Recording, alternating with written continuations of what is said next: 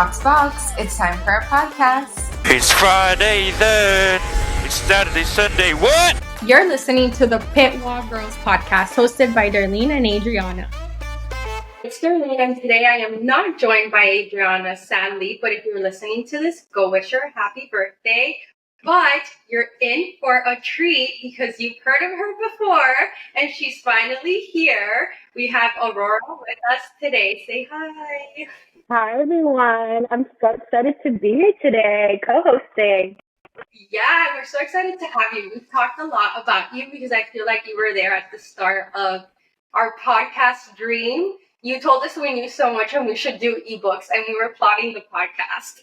Yes, I remember specifically, I think it was like about a year ago, when I was like kind of already foreshadowing you guys doing a podcast. You guys hadn't told me about it yet. And you guys like secretly were just laughing it out. And I was like, what's happening? Like, what are you guys like saying? Like deep belly laughs. Yes, and I was like, am I missing something? And you guys told me like you guys had like this podcast. And I was like, no way. Like I felt like I was already like part of this from the start, but I'm so happy to finally join you guys. And you're always welcome. So today we're going to recap the Singapore race because it was, I think, the best race. Well, for sure the best race all year, and maybe like top 5 in the past like 3 years that I've been watching. They were racing to the checkered flag. It was so good. But before we jump in, I want to ask you a few questions that we ask our guests. So just so the audience gets to know you a little better. Yes. And they can find out where your allegiance stands. So why don't you tell us your favorite driver? Carlos Sainz, hands down. Oh, okay. He gave us a masterclass this weekend. Okay, so with that, do you have a favorite team? I think it's obvious. Okay, so this is actually kind of controversial. Like, yes, I always root for Ferrari, but I'm kind of having like a battle with them. I'm having an internal crisis with Ferrari right now. I've always loved Mercedes, how we call them. You said it like Carlos. Yes, the Mercs. I love Mercedes. I love Toto Wolff. That's a big thing about me. I love him as a team principal. I think he is top man. I love him. And so, yeah, I'm like always between Mercedes, Ferrari. Obviously, Ferrari. Everybody loves Ferrari. So definitely those two. But Carlos all the way. Nice. Then do you have a dream track and race that you want to visit? Monza. Definitely. Monza. Oh my God. Fun. Okay, we need to make that happen. And I wanted to know your answer to these questions, even though I had a feeling, but do you think that because you know Adriana and I, that we influenced like your decision on your favorite team and driver? Do you think maybe if you were so like hardcore like Carlos and Lando, you would have been like a Lewis or a George fan? So I definitely still have a lot of respect for Lewis. Like I think he's still very much the GOAT. I just love everything about Carlos. I think it's also his Spanish culture that I'm also like intrigued about. Like I've always liked him from the start. He was obviously with him and Danny Rick. He was like they were like the first 2 people in the first like couple of episodes of Drive to Survive. So I think it's like something that you've said in the past, like kind of like the catalyst into the sport. So I've always like loved Carlos, loved the GOAT. Obviously Lewis was like OG, like great athlete all around. But obviously also having like Adriana who loves Carlos and like is a huge Ferrari fan, like I think that also makes it like much better. Like watch to like yes, I love it. I always like have this little inkling that you want to be like, I love Lewis, like he's my number one. Like I can just see that coming through. But same, I respect him so much. And Box to Box, shout out to them. They knew what they were doing on Drive to Survive. How they put Danny and Carlos. I remember like just looking up and like, who is that? I had to restart the episode and we're like, okay, time to focus and pay attention. Yeah. Thank you for sharing that. Okay, so what people want to know, the most exciting race, let's just jump into quali. Yes, so that quali was honestly the most like gut-wrenching also because I didn't know what was gonna happen. Like I was already like in awe that like Max was like having time issues Checo like spun out in Q2. I was like in shock, honestly. And also Liam Lawson, rookie, but he's already showing so much like potential into being an F1 driver. So yeah, I'm so excited. Want to see more of him. But yeah, Liam knocks out Max Verstappen, the world champion, from entering Q1, was it? I mean, sorry, Q3. Yeah. He knocked out Max. And Liam was the only Red Bull driver in the top 10. And that was something that was said at the press conference. And all top 3 qualifiers just looked at each other. And they're like, no Red Bull in sight. Like, they were, yeah. And then Carlos obviously ended up on pole, and it was his back-to-back pole. So it was just like, it was setting the stage up for a very exciting Sunday. But, after Red Bull winning every single race this season, I think we were all just like a little bit cautious not to get too excited because they've come from the back of the field and won races. But that wasn't the case. So on Sunday, Carlos starts on pole, lights out, and away we go. And he keeps the lead of the race. It's great. George was P2? Yes. And then Charles P3. And Charles was P3, and Charles ended up cutting ahead of George. So it was Ferrari 1-2. Right at the start, there was already like a little bit of drama because Lewis goes off the track and he ends up in front of George and Lando, and he wasn't giving back the position, and it was, of course, Princess George on the radio asking for his position back, which Lewis did give back to him, but he didn't give it back to Lando, and Lando was also saying like, hey, he needs to give it back. In my opinion, it took way too long. Lewis should have been penalized for that because there was so many laps after that. He finally got his position back that it was almost an overtake. Yes, I do agree. I think I was even texting you guys. I was like, what is happening with Lewis this race? Because it was like George, then Lando. It's like very unlike him because I think he's very good about having sportsmanship on race days, especially like in the middle of like the track. He's like very good about giving positions back, I would say. So that was kind of shocking. Yeah, but I think there was no Red Bull. It was anybody's race to win. So I think everybody was fighting for it. Yeah. So was Yuki out lap 2? Things were happening, but the very big moment was when Logan sadly crashed, but he didn't DNF. He kept going, but that triggered a safety car, a virtual safety car, and then a real safety car, and the whole field went into pit like they were double stacking. Ferrari thankfully pulled through. It was like a little bit too long for Charles, but it had to be done. And Red Bull didn't go to do a pit stop, which they thought that would put them in the lead of the race, but they didn't pit and they didn't get the lead. Yes, and shout out to Ferrari first of all, because we've seen in the past double stacking does not go very successfully. Or Charles Yes, I guess that's where they did kind of sacrifice Charles a little bit, because that was a little nerve-wracking in that part. Yeah, shout out to Ferrari for having a great strategy, which I guess their strategy was to not let anybody overtake them, preserve their tires, and just make sure somebody was holding up the field. And George asked what's happening, and his engineer told him, it looks like they're going to sacrifice Leclerc, which is just something so funny to say, like that word choice, sacrifice, because when we're talking about like F1, like in terms of memes, or like, poor Charles, like he sacrificed, like what are they doing to him? And it was such an interesting turn of events because George ended up kind of like sacrificing himself, not on purpose. I don't know if you'd say sacrifice, but yeah, we'll get there. What else happened in the race that was like an oh my god moment? Also, going back to Logan Sargent, I think I also was kind of shocked that they hadn't like done a very fast safety car, because there was debris all over. Like this man was just dragging his car back to the pit stop, but it was just debris everywhere. And I was like, this is gonna take forever to pick up. And I was like, how are they gonna do this?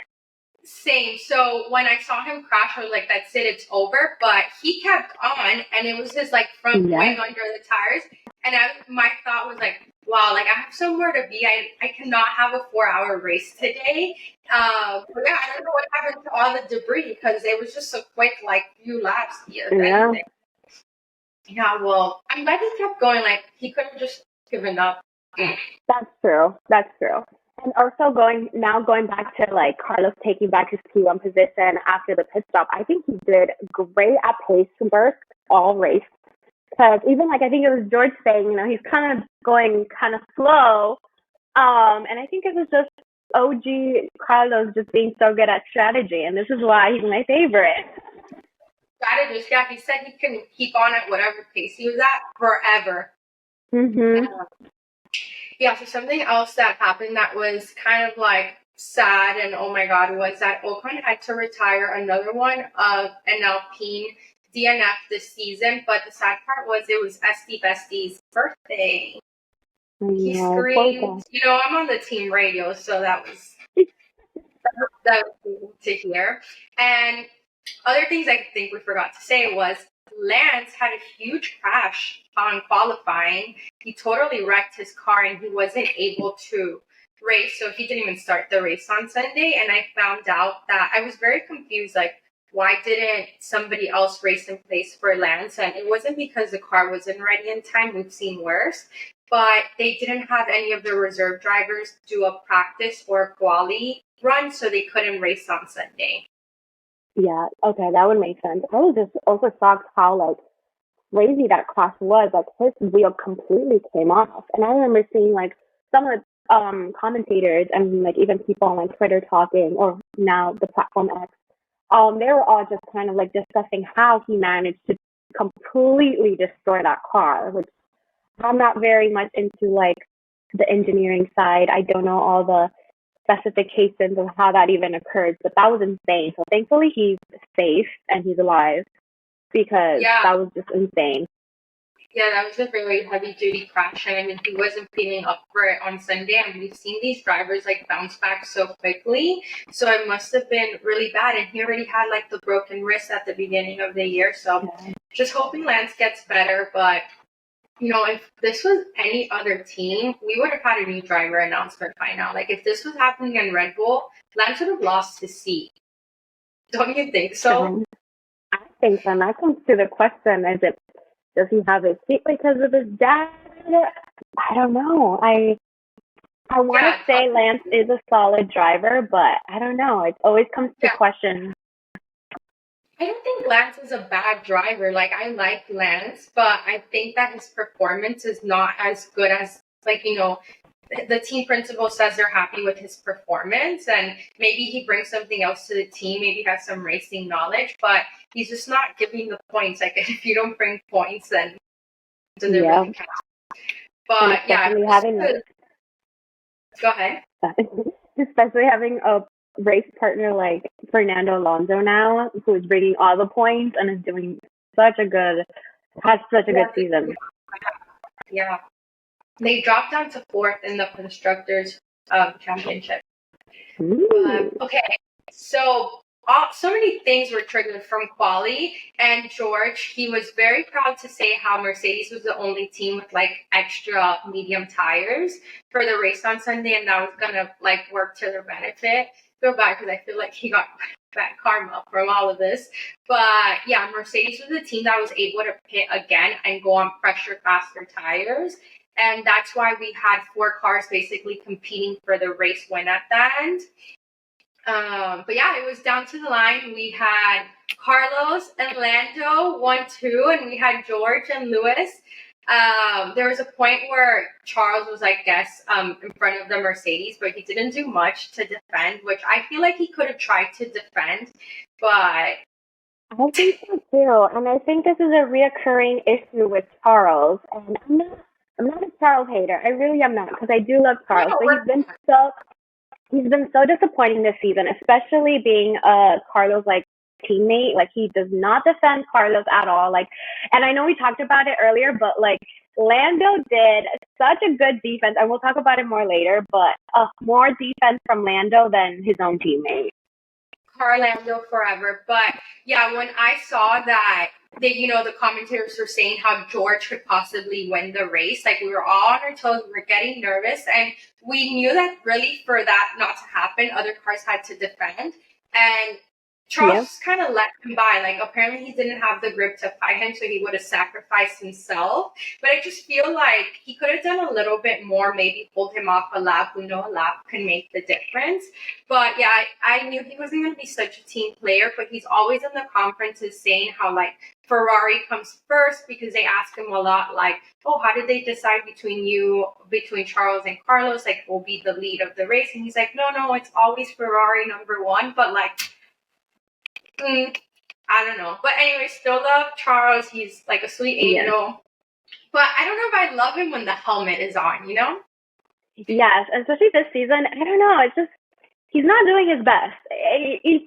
Stano or whatever his nickname, he's not doing it. He's not doing it.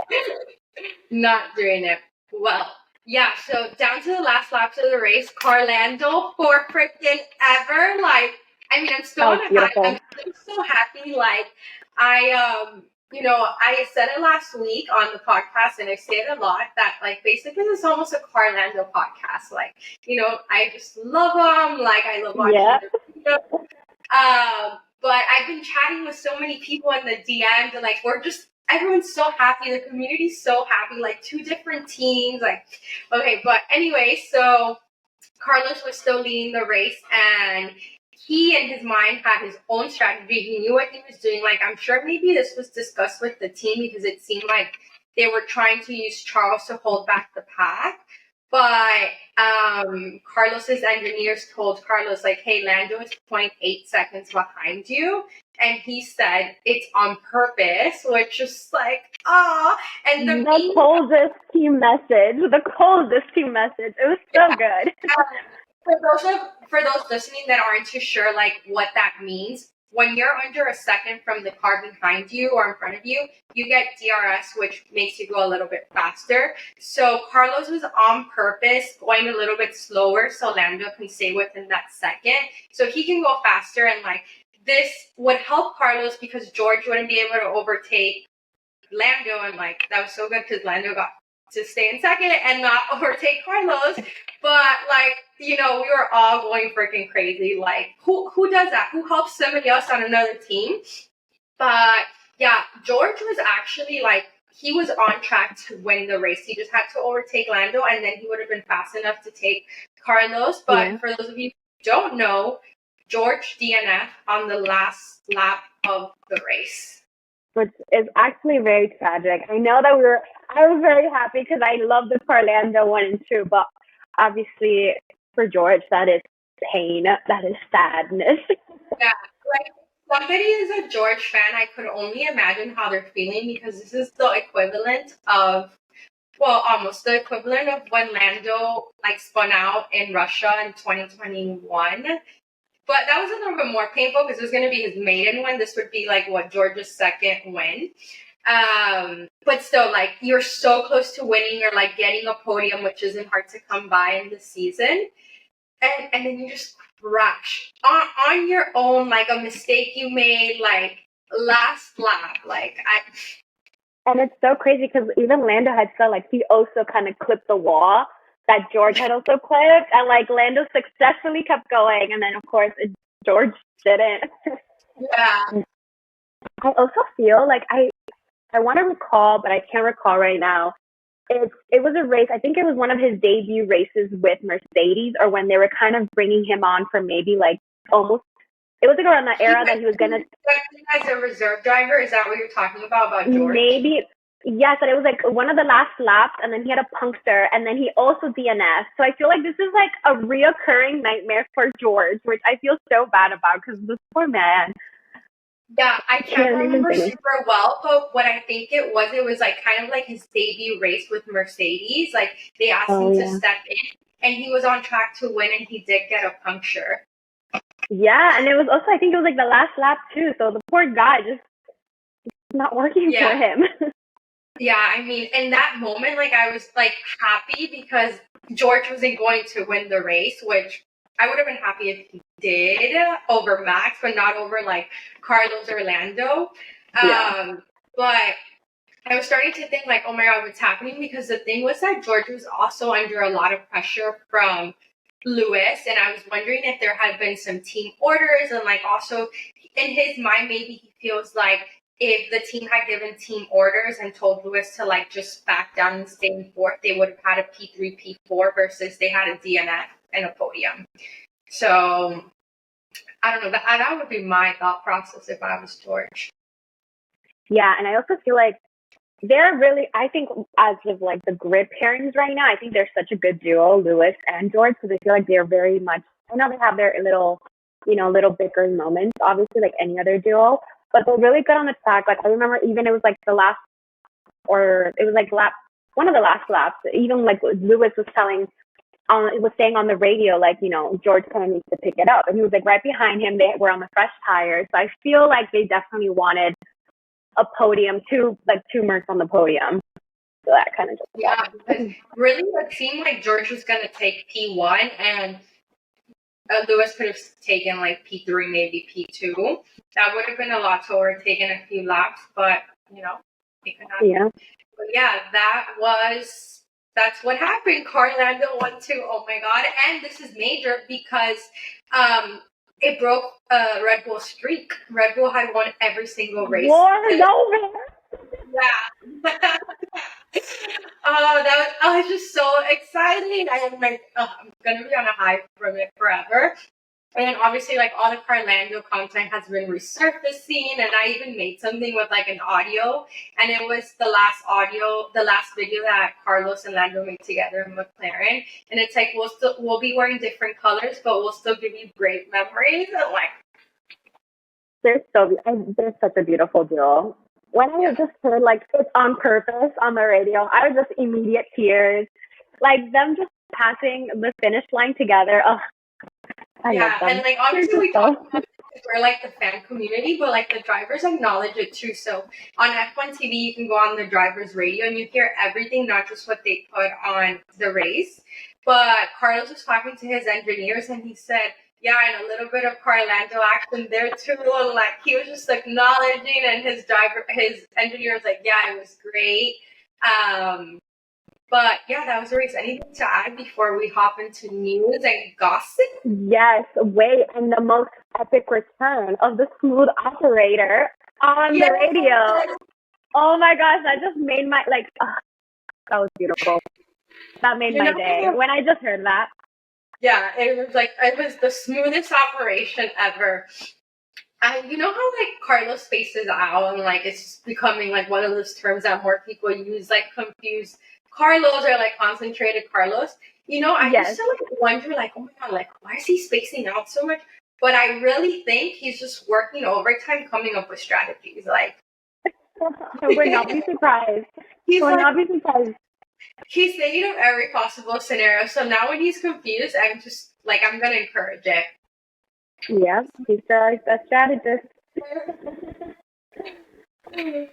Okay. I think that was all for the race. So, news. What is going on in the world of news?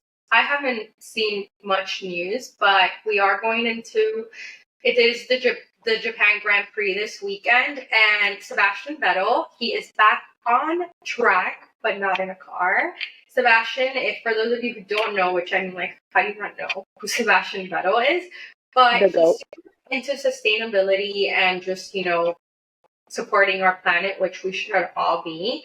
And this weekend, he's doing something super wholesome. He built a bee hotel, I believe, like inside one of the turns, turn 2 on the track. It was just so cute. All the drivers participated. They had an activation. That's really the only news I had seen, but I think everybody gets excited when Sebastian Vettel is around. Like, so much respect for him. Yep, and we also got Oscar got renewed. Yes, Oscar Piastri got renewed with McLaren for 2026. He's so chill, but also like not. So we all know his infamous situation with his contract renewal last year and how he made a tweet saying like, I will not be racing for Alpine, like, his very statement. He did that same statement saying like, I agree, I will be racing for McLaren in 2026. Like, he's just such an iconic young little person. I don't know, maybe that's just the humor of the younger people nowadays. Yes, I see Oscar and I just imagine a very elder man. He just radiates very, grandma vibes. He's so calm and collected. It's so unserious but very serious at the same time. Wise and calculated. Yes, I think it's a good counterbalance to Lando's chaotic unseriousness. So I think they are such a good duo too.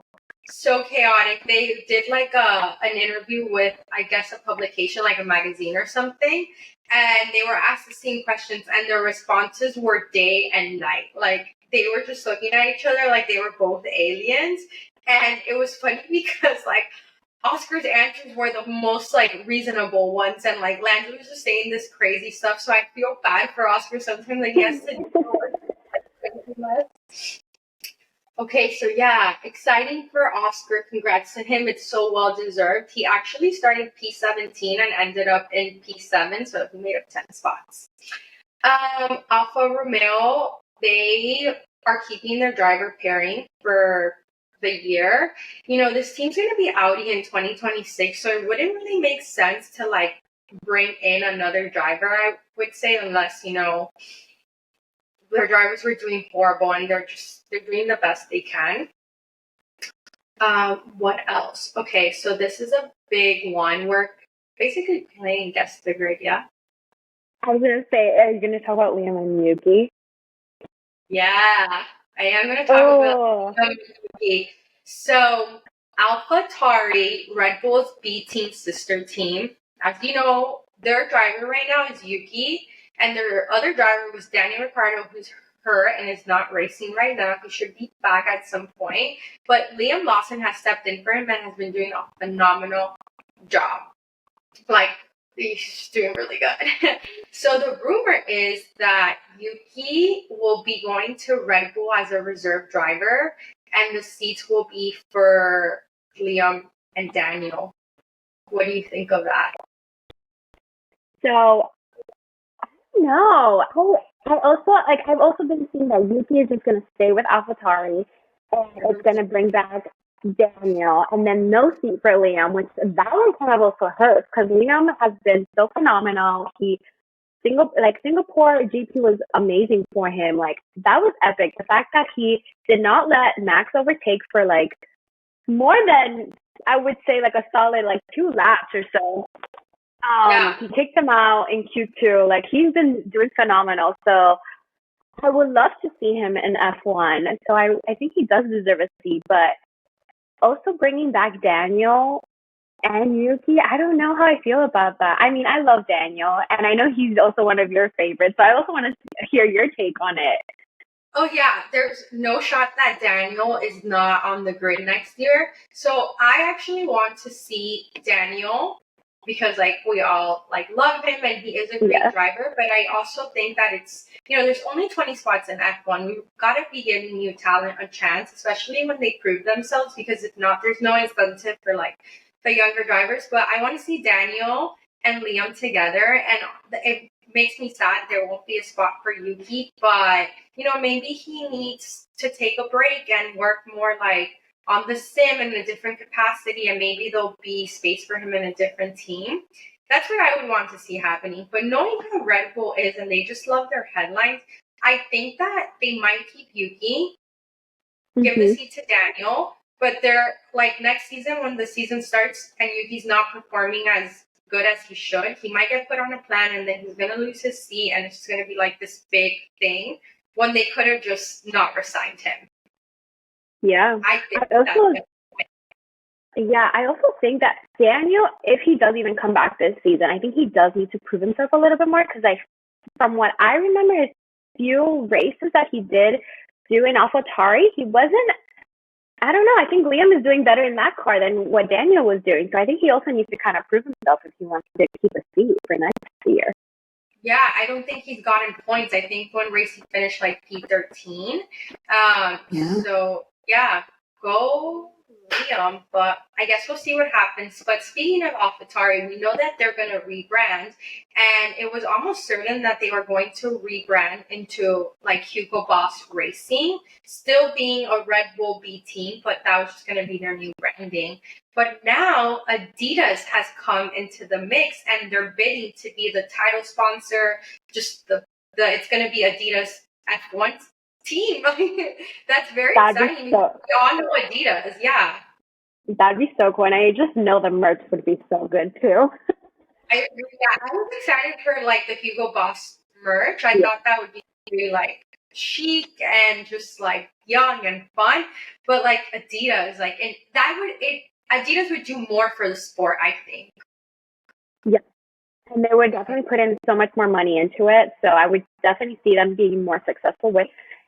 And you just bring in like such a young crowd too. And I already know like F1 is already becoming so big in like, you know, the US, but having Audi as well, like it's going to bring so many, like open so many more doors.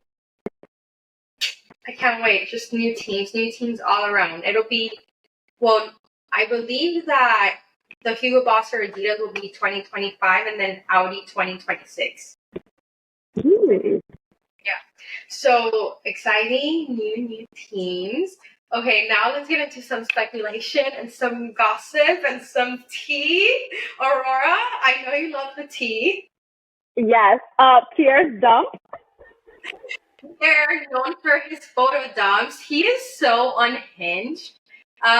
Usually his photo dumps contain some element of like, oh my god, and definitely being sent all over the place. But in Pierre's latest photo dump, the very last picture was most of Carlos Sainz entourage, like his cousin, his trainer, Carlos himself, flicking off the camera. And then Rebecca, for those of you who don't know, Rebecca is rumored to be his new partner, girlfriend. But it just, it was a hard launch. Yeah, and I think there was so much to unpack with just that single picture, because I feel like first there was like some Pierre and Carlos beef earlier this season. People were just speculating that, after, I forgot which race it was, that Carlos kind of was just not letting Pierre like overtake. There was just beef between them. I recall there was something like beef, yeah. And I feel like Lando and Pierre have some beef, and like, CarLando sits together. Yeah, so just having a Carlos picture already there is just crazy to me. Like, PR is working overtime on both sides. Yeah. And then just a Rebecca Harlan from Pierre, I was like in awe, and then he deletes it, which I think was even crazier. That's what we need to talk about. He deletes it, and like obviously screenshots live forever. So why do you think he deleted it? Do you think Carlos called him? What I saw, because I made content around it, was people were saying Pierre was getting hate because the Carlos fangirls that are like in love with Carlos, like delusional, were coming for Pierre, like saying like, no, like Carlos is mine, like that type of situation, which I believe, because there are some people out there that are really, really delusional. But Interesting. Okay, so my take, I was trying to be more creative about it, or maybe more reasonable. Actually. I think it's because Carlos is flicking off the camera. So, yeah, it's more like, his PR people were kind of just sitting up here like, hey, this is not a good look for him. Because when you think about it, like, the Ferrari boys are always so classy in all their pictures. I really have never seen, like, an unhinged picture of them on the internet. So I think it's just more, more like reasonableness of like, hey, take that off. But I could also maybe just see it because Rebecca's in the picture, which that would be my next speculation, that don't hard launch me and my girlfriend. Yeah, so that's such a good point that you make. And it's funny because you're right. Like, they're so PR and media trained, and, like flicking off is such a vulgar gesture, basically. Yeah. But I hadn't thought about that, but that could have actually been the reason why. And like maybe Carlos called him and was like, I'm gonna get in trouble with Ferrari and like I don't have a contract, so you should take that off, please. That could have been something, because another point that I was seeing was that, everybody knows Carlos and Rebecca are something. Some people were saying that made them too official and maybe they're not boyfriend and girlfriend and they're just dating, which if we think about timelines, I would hope that's the truth, because Carlos, seems like he just ended a relationship maybe 3-4 months ago. And it was a 7-year beautiful relationship, which I still feel like I'm a child of divorce. I am a child of divorce. I am a Queen Issa stand. And I love everybody who was saying that they are a Queen Issa stand. I was a little nervous about posting content because I know people were going to come and say like, oh, like, let them be happy, blah, blah. Nobody said that. So great. But everybody was saying, like, we are Queen Issa stands. And, like, I just want both of them to be happy. But, yeah, so many reasons why it could have been deleted. It could have been that, Carlos asked him to take it off because of Ferrari and just, like, PR, media. It could have been because Pierre was getting attacked by the fangirl, which I find that so funny. But at the end of the day, Pierre knew that there are so many things wrong with that picture, and he still did.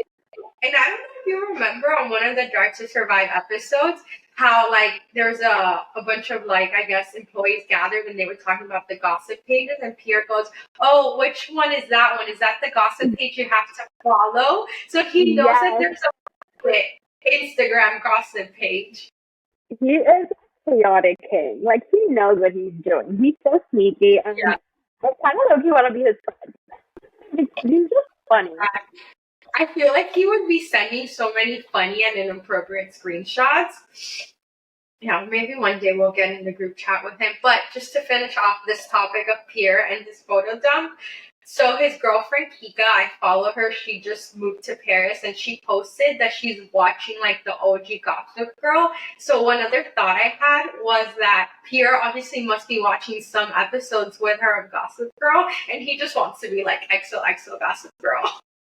Oh my gosh. That would be kind of on brand for him though. Like, oh, what's happening? I see so much content coming around and I just want to speculate because why not? Like, we don't know what's actually going on. So there's this one picture of Fred, the Ferrari team principal, and Lando, and they were just cheering with like Galicia Estrella, like the beer that sponsors Carlos. And I don't know why that picture just spoke to me, and I sent it in our group chat, and then I scrolled up and I saw Adriana had also sent it with the same thing I was saying, and it was basically Lando to Ferrari. Like, it just looked in that moment that, you know what I'm talking about? Yeah. You know what they say. Picture it for reference, but it just looked like in that moment it was like done deal, contract signed. And a few weeks ago there was rumor that that Lando had a pre-contract with Ferrari. So like not that like whatever a pre-contract means. Hey, you're the lawyer. Why don't you tell us what that could have meant? It doesn't. So when is his contract with McLaren? That I don't know. 2025. Interesting. I don't know.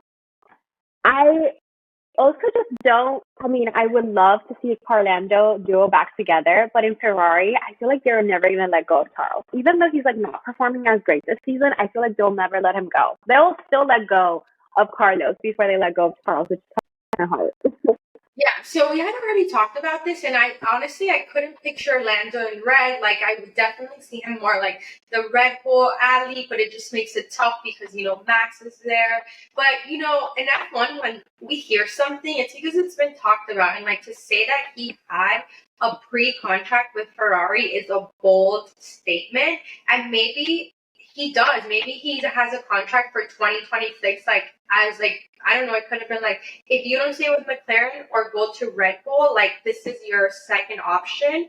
And probably, like, one of most likely Carlos's contracts says, like, if we don't get our choice 1, you're our choice 2 or something like that. And, like, I would be the second choice for Ferrari, like better than somebody else, I think. But you're right. Charles and Ferrari, they're one. Like, you know, he had his like longest contract ever in the history of Scuderia Ferrari. But at the end of the day, Ferrari puts Ferrari first. And I don't know, I feel like Lando demonstrated that he can be a team player this weekend. Yeah. I would just love to see a CarLando duo again. Maybe we see them in Audi together. Who knows? Hopefully, just Carlos has the seat, too. I'm just... Yeah.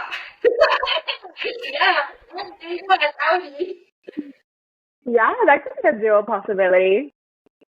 I like that. Okay, well, that is all the chisme, the gossip, the tea we have for today, right? Now we can get onto more factual stuff. Okay, so we're off to the Japanese Grand Prix this weekend via TV. We're not actually flying there, sadly, even though that would be so fun. What a fun race to attend. Like, you get such a great city and a race. But you were telling me earlier, I thought that the Singapore track is very similar to Suzuka, and they're actually different tracks. That Singapore is a slower track. So you want to... because it has more of those 90-degree angles, so you just have to go slower. And I think that's what, again, my smooth operator, he's such a great strategist. He knew what he was doing. He knew he had to go slower because you can't even go fast in that circuit. So, definitely very different circuits. I think, I don't know too much of the stats about the Suzuka circuit, but I know it's definitely much faster. And there was just so much going on in last year's GP. So I'm excited what this year entails. Yeah, what it's going to come with. I wonder what this year it's going to be like. So it definitely had so many restarts. It was such a long race. Like, I couldn't finish watching it at an active time. And it was also confusing because they weren't sure if Max had won the Drivers' Championship yet because Charles had gotten a penalty or something. Yes. So it was just a very odd race. And you were saying how Pierre had an incident with it was in one of they had just taken out the red flag and they were coming in, and I think they were coming in, and the tractor was still on the circuit, or it was getting on the circuit, and he almost crashed into it. And I know Pierre got super upset. He called out the FIA because so many incidents have happened here. And, he's very vocal against the FIA sometimes with Pierre. So FIA does not like Pierre. Or there's something going on there. Yeah, they don't like those boys. But yeah, there was a lot going on last year. I also just didn't finish it on live time just because I think the restart was over an hour. So I also went to see. But it was the middle of the night for us. Yeah. Well, that's unfortunately the site of where Jules Bianchi had his crash. So that's why, the drivers were very vocal about safety issues, which they should be. Safety should be number one in F1 in all racing sports. So, but hopefully it's a great race like we had in Singapore. So who do you think is going to be on the podium? I was looking forward to this question, and now I'm just nervous because every time I get asked this question about who's going to win the Grand Prix, I always have a realistic, and I always have who I actually want. So obviously I want Carlos on podium again. It could happen, honestly. He has a really good streak so far, so I could see him being on podium again. If I'm being realistic, we probably might get a Max podium again. Okay. But I'm gonna go full Latino mode. I'm gonna go Carlos wins the race again. We get a Red Bull P2, and I'm just gonna throw in Lando in there again, maybe P3, or maybe even the Merc again. But we're gonna see more changes again. I also just don't want back-to-back Red Bull. Okay, 2 Red Bulls on the podium. Yeah, no. Yeah, well, no. I'll channel that. I'll be so happy with that. I think that it might be hard for Carlos to win the race again. I know. Ferrari gave him a little bit of, like they said, okay, you were on pole, we're going to prioritize you as our number one driver. But I don't think they would do that back to back, just knowing how Charles is and like the relationship between Ferrari and Carlos. So that might be a little difficult unless, like, you know, Carlos does get pole again and like Charles is nowhere near the front. And I want Lando to get his maiden win, and it's so close, it's coming. But I don't know, I feel like it might be like Oscar Piastri on the podium, like a P3. And I think George might win the race, like just a comeback. So I'm going to say like George, Carlos, and Oscar. Oh, that's a good one. That is a good one. I hope so. That'd be thinking. But I really want it to be like Lando, Carlos, Oscar Piastri. Oh my gosh, that would be amazing. That would just also be crazy if Red Bull doesn't go on podium, because it'd be like two races back to back. I know, which is shocking. But that happened. Well, it can happen. They had their domination at the beginning of the season, and now, you know, different tracks, their car, there maybe changes. Maybe the domination's finally over. Well, that has been our Singapore recap and like just a little gossip going out this week. We're so excited. This has been such a great episode with Aurora. You're welcome to come back anytime or be our third host if you want the invite. It's yours. Thank you. Once again, thank you for being here, and we can't wait for the weekend. So excited. Thank you for having me. This was awesome. Of course. So just make sure to subscribe on Instagram, YouTube, and you can listen to us on Spotify, Apple, and if you're listening to this, obviously, you know where you can listen to our podcast. Okay, bye. Bye.